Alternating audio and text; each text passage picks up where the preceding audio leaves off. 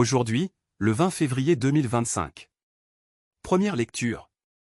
Je mets mon arc au milieu des nuages, pour qu'il soit le signe de l'alliance entre moi et la terre. Lecture du livre de la Genèse. Dieu bénit Noé et ses fils. Il leur dit: Soyez féconds, multipliez-vous, remplissez la terre. Vous serez la crainte et la terreur de tous les animaux de la terre, de tous les oiseaux du ciel, de tout ce qui va et vient sur le sol, et de tous les poissons de la mer. Ils sont livrés entre vos mains. Tout ce qui va et vient, tout ce qui vit, sera votre nourriture. Comme je vous avais donné l'herbe verte, je vous donne tout cela. Mais, avec la chair, vous ne mangerez pas le principe de vie, c'est-à-dire le sang. Quant au sang, votre principe de vie. J'en demanderai compte à tout animal. Et j'en demanderai compte à tout homme. À chacun, je demanderai compte de la vie de l'homme, son frère. Si quelqu'un verse le sang de l'homme, par l'homme son sang sera versé. Car Dieu a fait l'homme à son image. Et vous, soyez féconds, multipliez-vous. Devenez très nombreux sur la terre.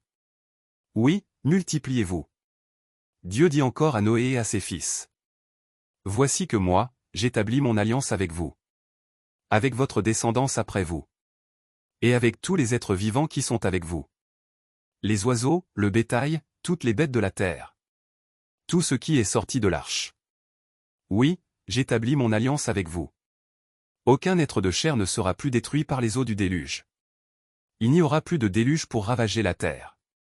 Dieu dit encore: Voici le signe de l'alliance que j'établis entre moi et vous, et avec tous les êtres vivants qui sont avec vous, pour les générations à jamais. Je mets mon arc au milieu des nuages, pour qu'il soit le signe de l'alliance entre moi et la terre. Parole du Seigneur. Nous rendons grâce à Dieu. Psaume.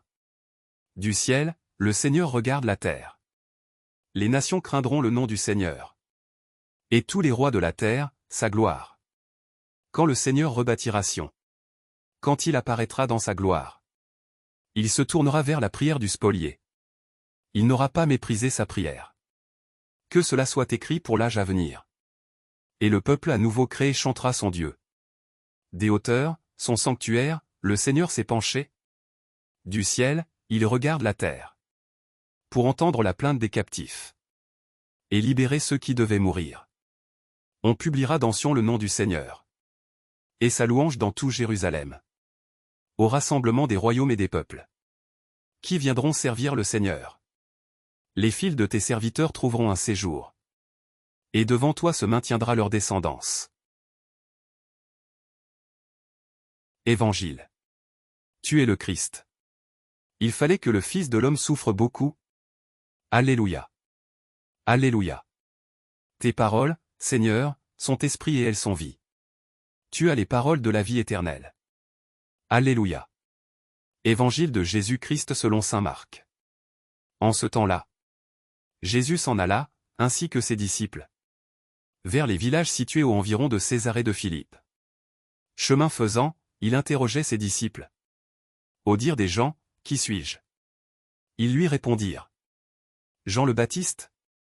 Pour d'autres, Élie. Pour d'autres, un des prophètes. Et lui les interrogeait.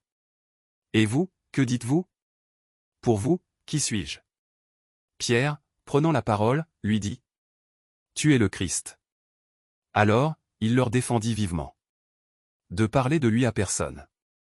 Il commença à leur enseigner qu'il fallait que le Fils de l'homme souffre beaucoup, qu'il soit rejeté par les anciens, les grands prêtres et les scribes, qu'il soit tué, et que, 3 jours après, il ressuscite.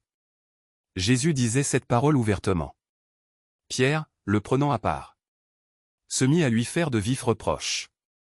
Mais Jésus se retourna. Et, voyant ses disciples, il interpella vivement Pierre. Passe derrière moi, Satan. Tes pensées ne sont pas celles de Dieu, mais celles des hommes. Acclamons la parole de Dieu. Louange à toi Seigneur Jésus.